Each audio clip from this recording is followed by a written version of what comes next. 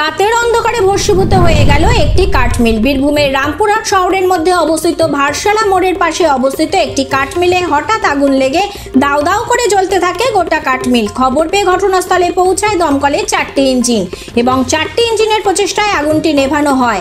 তবে কিভাবে এই আগুন লেগেছে তার তদন্ত শুরু করেছে রামপুরহাট থানার পুলিশ। ব্যুরো রিপোর্ট, 24 ঘন্টা খবর।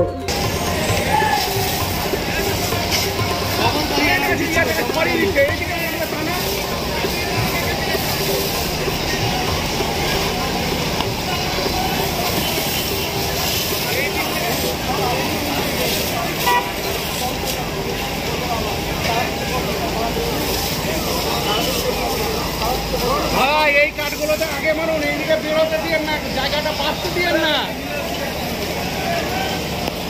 এখনো ফায়ার ব্রিগেড আছে না, মনে হচ্ছে সাবধানে মাথার উপর দাঁড়াতে ফায়ারিং করছিল, হেভি ফায়ারিং করছিল, অনেক বলছেন দিয়ে দেওয়া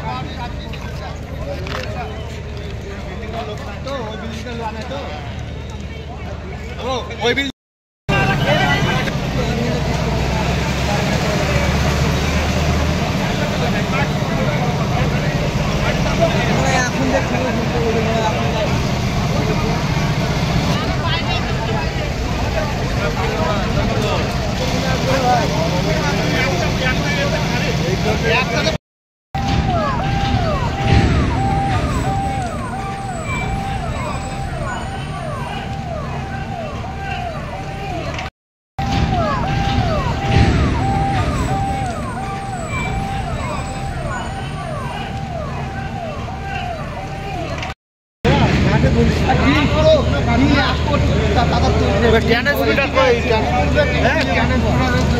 হ্যাঁ